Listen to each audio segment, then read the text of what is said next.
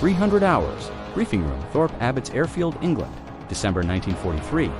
A single bare bulb illuminated the grim faces of the young airmen. The mission brief was stark.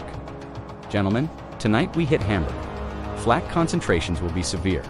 Luftwaffe interceptors are expected in force. For the crew of the B-17 Flying Fortress, the Thunderbird, it was a prelude to hell. 700 hours over the North Sea. Hundreds of flying fortresses, a steel armada, clawed their way upwards. Hours into the flight, the sun began to paint the eastern horizon in streaks of blood orange and bruised purple. Suddenly, the serene sky ripped open. Messerschmitts and Focke-Wulfs, the Luftwaffe's finest, tore through their formation. The air erupted into a chaotic symphony of roaring engines, spitting machine guns and exploding shells. A German fighter latched onto their tail, its cannons chewing a ragged hole in the Thunderbird's right wing. Engine 3 is hit.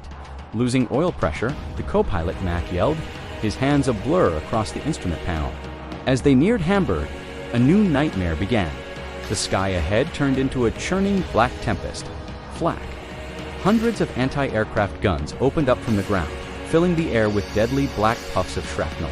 A violent jolt threw the crew against their stations. A flak burst directly beneath them. Panic flared as the bombardiers screamed. Bomb bay doors are jammed.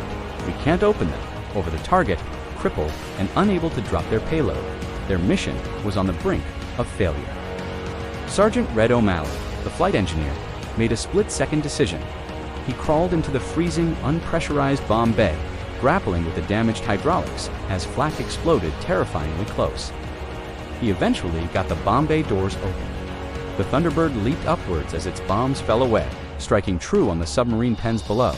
Mission accomplished, but the fight for survival had just begun.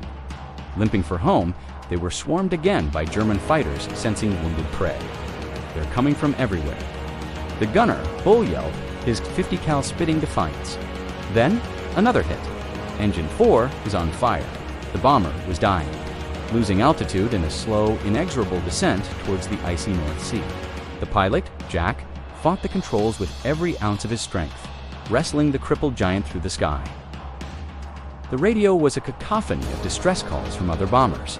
Against all odds, with 2 engines dead and a fuselage that looked more like Swiss cheese, the Thunderbird made it back. The landing was a controlled crash, a terrifying bounce and screech of metal on runway. Then, silence. They had flown through hell and back.